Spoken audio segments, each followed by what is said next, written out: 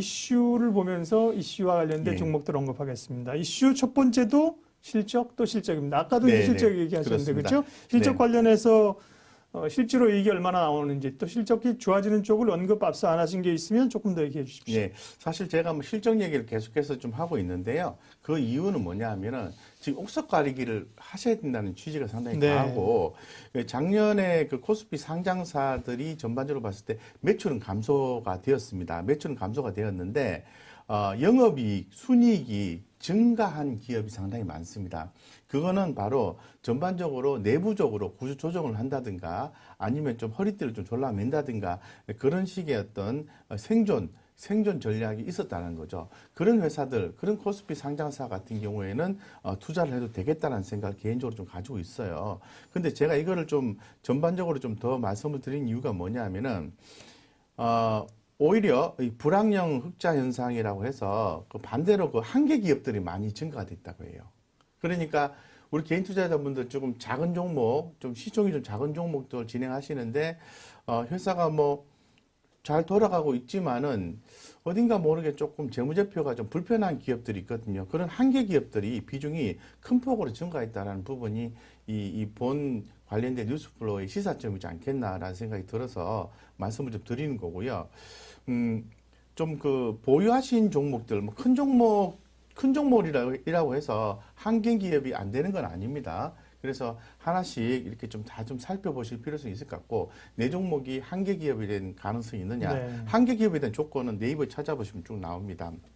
그래서 그런 내용들 살펴보시면서 내 종목에 대해서 내가 손해를 보고 있지만은 계속 가져가야 되는지, 이익이 나 있으면 뭐 흐름이 약간 파시면 되겠지만 손해 났을 경우는 보유를 하실 거 아니에요. 그럼 반드시 그런 부분을 체크하시면서 가셔야 되겠다는 그런 시사 포인트를 말씀을 드리기 위해서 한 번 더 또 코로나 잘 넘긴 코스피 상장사 작년 매출 감소에도 순이익은 18% 증가되었다라는 내용을 가지고 좀 말씀을 좀 드렸습니다.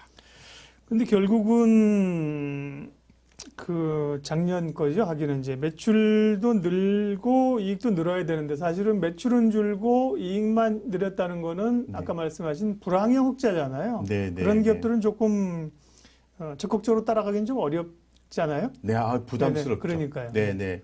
상당히 부담스럽습니다. 네네. 왜냐하면은, 그러다가 갑자기 이제 뭐 상패가 나온다든가 그러니까요. 이래버리면 대단히 곤란. 그건 답 없어요. 그건 뭐, 음. 예를 들어서 뭐, 곽 부장뿐만 아니라 다른 전문가한테 물어본다 하더라도 답은 없어요. 솔직히. 예, 그래서 이제 네, 미리. 제가 금요일인가 목요일 말씀드렸습니다만 앤서니 볼턴이 답답할 때는 기업의 현금을 쫓아가 봐라. 네.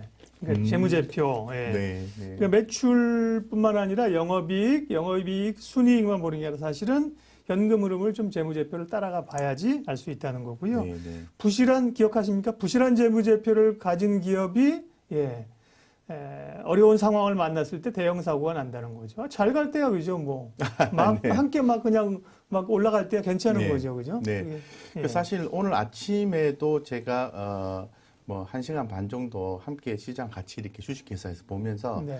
제가 오늘 이 종목 정도 하는 뭐 잡아서 한 점심값 정도 벌어보시죠 해서 하루에 한 개씩은 진행을 하고 있어요. 예. 근데 우리 거기에 참여하시는 점심 뭐 뷔페 갈 수 있는 금액 뭐 잘 벌면은 뭐 회정식 좀 먹을 수 있고 네. 예, 뭐 손해 보면 굶어야죠. 뭐 네. 근데 여태가 연방으로 해서 좀 성공을 하고 있는 것 같은데 느끼실 거예요. 참여하신 분들은 일단은 시총이 크고 재무적 안정성이 있는 종목, 기본적으로 있는 종목을 곽 부장이 늘 얘기하더라는 공통점을 이미 파악하신 분은 파악하고 계실 거라고요.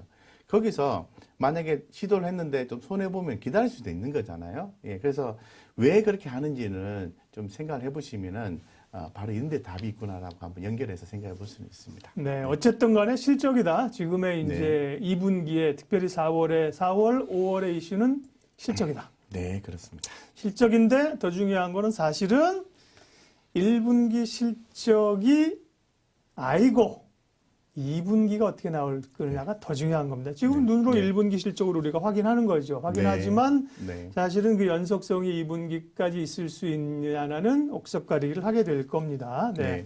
다음은 반도체.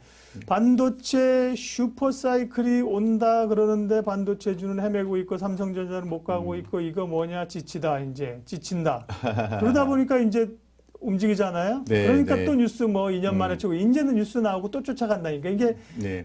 뉴스의 일희일비 하면 안 되는데요. 그죠? 어쨌든 간에 반도체는 네. 빼놓을 수는 없습니다. 반도체 섹터 점검해 주십시오. 네, 그래서 뉴스가 반드시 그 맞는 건 아니지만은 네. 시장의 분위기를 체크를 하는데 상당히 도움이 됩니다. 그래서 제가 뉴스를 늘 보면서 생각하는 것은 기존에 나왔던 내용이 반복적으로 나오고 있느냐라는 부분하고 기존에 전혀 언급이 없었던 내용이 갑자기 툭 하고 튀어나오느냐 이걸 보는 거거든요.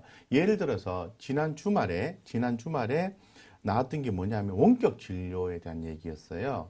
그 해외의 원격 진료 종목 얘기하면서 우리나라 비트코인이 아니라 비트 컴퓨터에 네. 대한 얘기가 있었거든요. 그래서 오늘 조금 올랐더라고요. 어쨌건 그런 얘기가 살짝 튀어나오는 거죠. 자, 반도체 얘기를 해보면은 자, 반도체는 지난주 뭐 수요일부터 이렇게 본격적으로 움직이기 시작했는데 그거는 외국인들 들어오면서 진행된다고 말씀을 드렸고 네.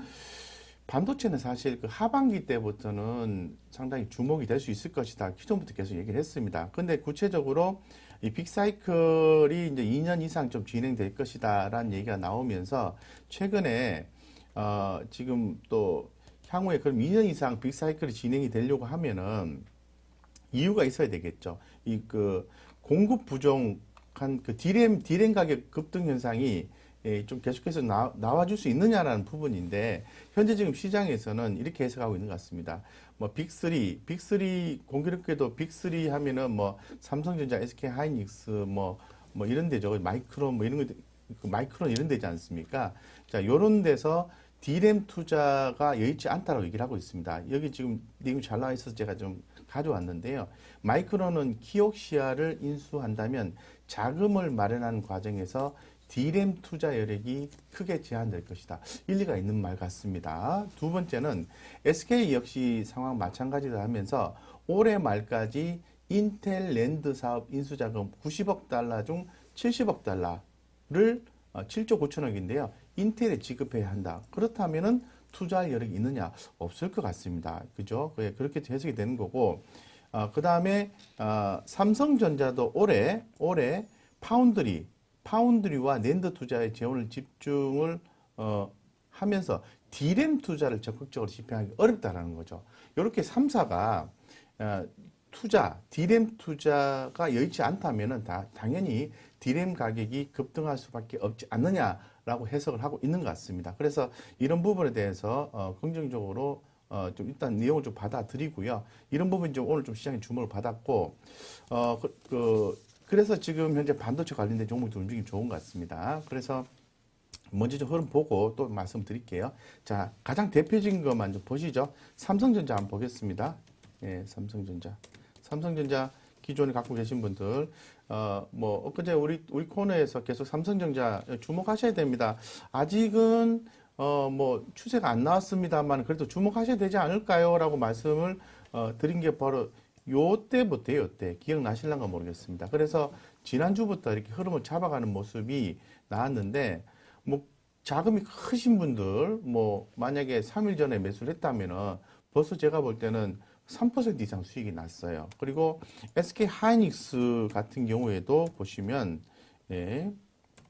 네, 이거 더 많이 났어요. 이거는, 그죠? 예, 그래서 살 때 됐네. 이렇게 쭉 말씀을, 대형 종목이기 때문에 좀 자신감 있게 말씀드렸는데, 수익이 났어요. 그래서 이런 종목들 흐름을 보면서 나머지 종목들을 보셔야 된다고 말씀을 드리고, 하나만 더, 이 TSMC가 설비 증설을 위해서 3년간 1,000억 달러, 113조 원을 투자를 한다고 합니다. 그래서 이 공장 가동률 100% 상에 여전히 수요 못 맞추고 있다라는 내용이 전달되어 있기 때문에 뭐 TSMC와 관련해서는 뭐 한미 반도체라든가 PSK 오늘 아침에 이제 PSK 계속 언급을 좀 드렸잖아요. PSK 홀딩스도 말씀을 드렸는데 우리가 지난주에 반도체 관련해서 대표 종목 삼성전자, SK하이닉스, DB하이텍 그리고 반도체 전공정, 후공정, 장비주를 보셔야 됩니다라고 말씀을 계속 드렸어요. 거기에서 뭐 PSK 홀딩스도 말씀드렸었는데 엄청 강했네요. PSK랑 홀딩스랑. 예, 그래서 뭐 그게 아니더라도 PSK도 올랐습니다. 그래서 이 중에 오늘 상승한 종목들 중에서 굳이 뭐 전 다 좋아 보이는데 한미반도체, GST, PSK 이런 종목은 좀 기본적으로 좀 보십사고 좀 말씀을 좀 드릴게요. 네. 그래서 한미반도체 한번 볼게요. 한미반도체. 한미 반도체를 왜 말씀을 드리는지 제가 시사점까지 한번 말씀을 드리겠습니다. 곽 부장이 평상시 얘기하는 내용과 맞는지. 자, 한미 반도체가 11.7% 올랐는데요. 아, 거래량 보세요. 네, 중간에. 기가 막히죠, 그렇죠? 네, 그래서 이 외국인들이 꾸준히 들어와준 종목인데 여기 지금 상단에 보시면은 이 컨센서스예요. 영업이익과 순이익이 1분기 컨센서스가 전분기 대비해서 증가하고 2분기도 증가한다고 합니다. 이 부분이 바뀔 수 있거든요. 추정치이기 때문에. 근데 하단에 보시면 연간 실적 전망치도 바뀔 수가 있어요. 근데 이런 것처럼 기본적으로 데이터가 제공이 되는 기업이 이렇게 좋은 수익 성과를 낼 수 있다는 걸 다시 한 번 더 강조를 좀 드릴게요. 그래서 굳이 여기 보시면 GST 같은 경우에도 8% 올랐잖아요. 최소한 이 회사도 1분기 영업이익과 순이익이 증가가 되는 거니까 주가도 가격이 빠진 상태에서 증가되는 게 나오니까 또 연간 실적 전망치가 상향비로 올라가는 거니까 이런 것도 올라가야 되는 거죠. 그래서 항상 말씀을 드립니다만 아까 박사님도 말씀하셨지만은 1분기 실적은 어떻게 보면 반영이 돼 있을 수 있어요. 근데 2분기 실적이 중요하거든요. 그래서 그런 부분들 감안하셔서 투자하시면 좋을 것 같고요. 한미반도체, GST 이런 종목들 하나가 갑자기 생각 안 나는데 제가 뭘 말씀드렸죠? 아, PSK. PSK. 예, 네. PSK도 실제로 제가 말씀드리는 그런 기본적인 부분이 있는지에 대해서만 좀 간단하게 보겠습니다. 네.